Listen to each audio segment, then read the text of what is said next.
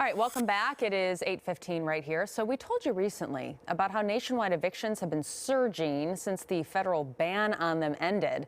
In some cities, they went up as much as 38% between August and October, when extra protections for renters here in Washington ended as well.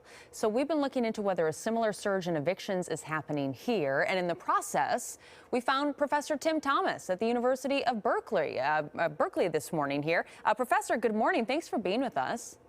Good morning. Pleasure to see you. So we're talking to you this morning because you run the Urban Displacement Project. Can you tell us a little bit about this?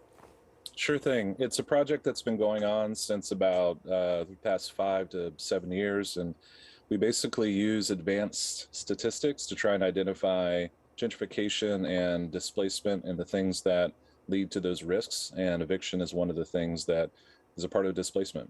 I mean, and it does seem, since we had this federal ban end on evictions, it seems like it's going to get really hairy, I guess, or really interesting, and maybe not such a great way. What are we looking at in terms of this federal ban on evictions ending and how it's going to affect people getting evicted? You know, it's going to have a very powerful effect, especially in the next month. January is actually one of the top months that has the highest rates of eviction across the United States. It's not totally clear why January is such a hot month. July is the other top month, but it varies between different cities.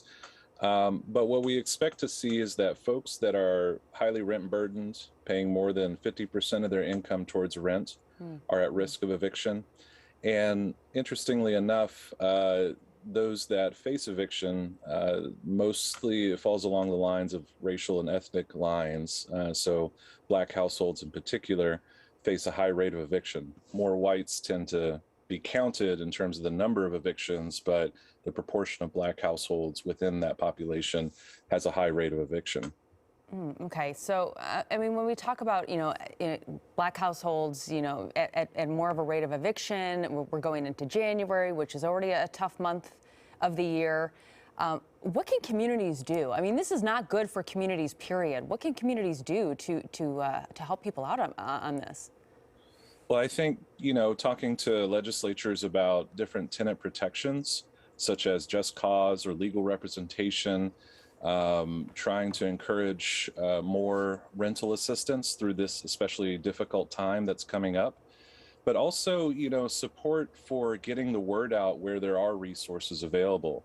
Unfortunately, some of the states like Oregon, and I think Washington's getting close, I'm not sure, might be getting close to the end of their eviction rental assistance amount that they're allowed to give out. So we need to basically, request more. And we also need to figure out ways to support landlords that keep affordable housing available and, prevent them from, forcing people to get evicted too. So it's a big issue, and it's not easy to really tackle all at once. Yeah, I mean, this sounds like these are deep systemic issues that aren't just going to be ironed out with, a little bit of federal funding here or there.